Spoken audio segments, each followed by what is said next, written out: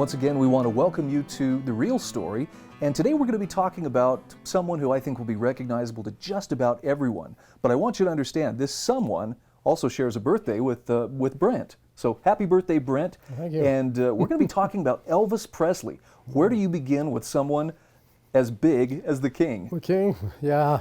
Well, he was born like every one of the rest of us. In his case, it was Tupelo, Mississippi, in a little home.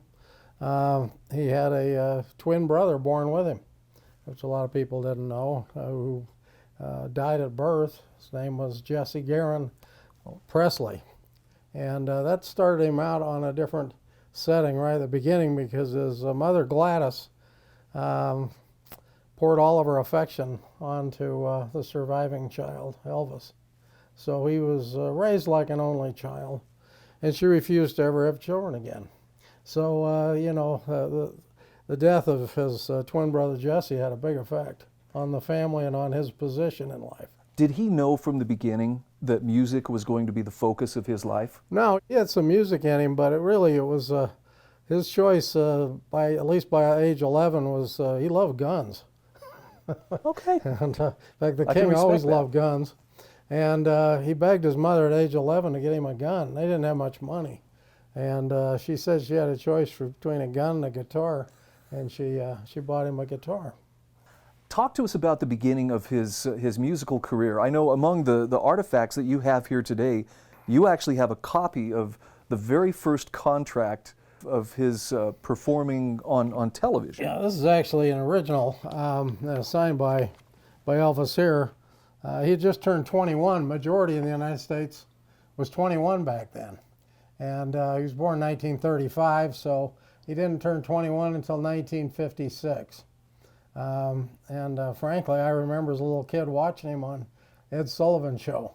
Only they only taped him from the waist up, and there were all these screaming kids, who were in the studio, and we couldn't figure out what was going on.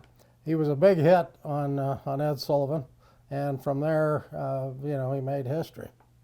I know one of the really iconic songs and actually movies that people will remember him from was Jailhouse Rock. What can you tell us about? I know you actually have something that he wore in that film. This is an actual shirt that Elvis wore in Jailhouse Rock. Here's a picture of Elvis wearing this shirt with Barbara Eden, who was later in I Dream of Jeannie. But she has dark hair in this picture, she obviously. And this would have been 1956, 57. Heartbreak Hotel was his first hit to make $1 million, which was a lot of money back then. And, Elvis went on to sell over $1 billion worth of records at the time, back to several $1 billion. And he's still the single greatest salesman of his records.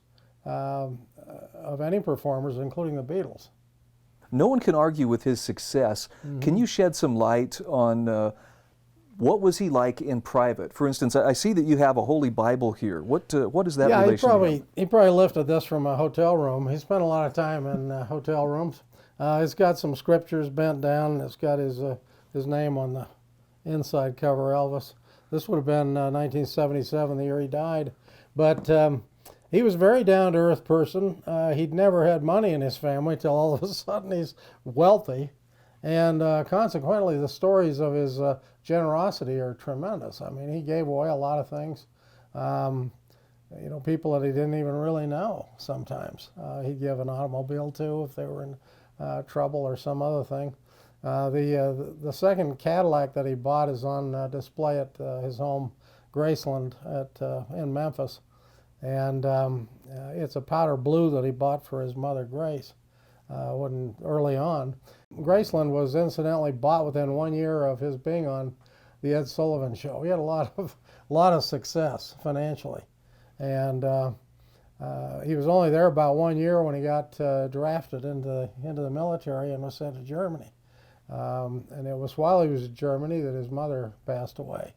Which was the one loss in his life he was never really able to compensate for. He was truly a mama's boy. And his father, Vernon, was important in his life too, but not nearly as much as Gladys was.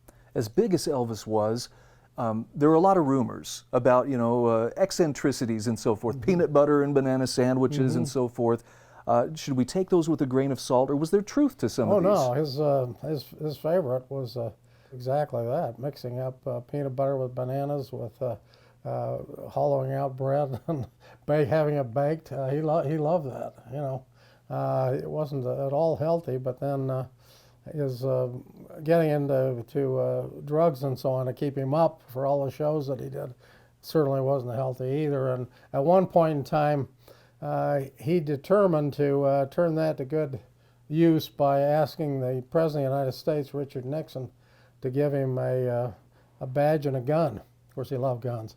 It was a federal agent, drug agent, and that's why the PDR became important. He went through the physician's desk reference and picked out the drugs that he liked and the ones that he didn't as he went through. He was very eccentric in a lot of ways.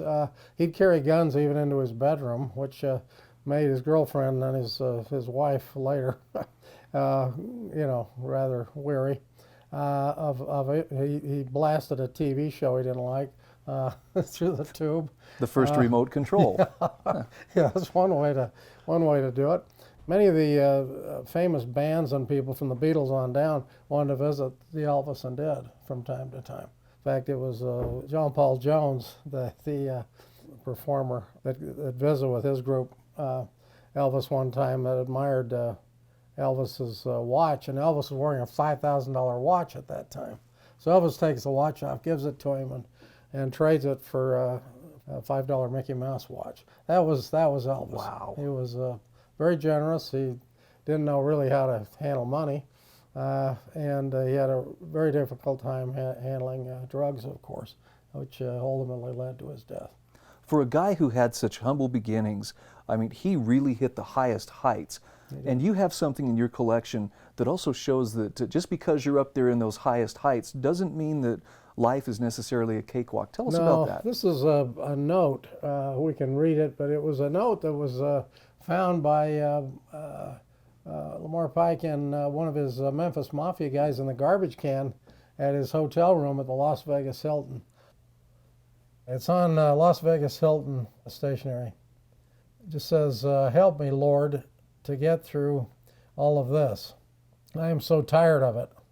I think I would like to sleep forever, but rest does not come easy for me.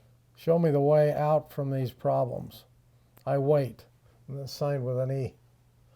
This note is one that really kind of gets to the heart of some of his feelings he was having at the time. I want to thank you, Brent, for shedding some light on the life of Elvis Presley. Now you know a little bit more about the King and a little bit more about some of the things associated with his life. As always, we thank Brent Ashworth and his wife Charlene for their generosity, as well as the Colonial Flag Foundation for their continuing support of The Real Story.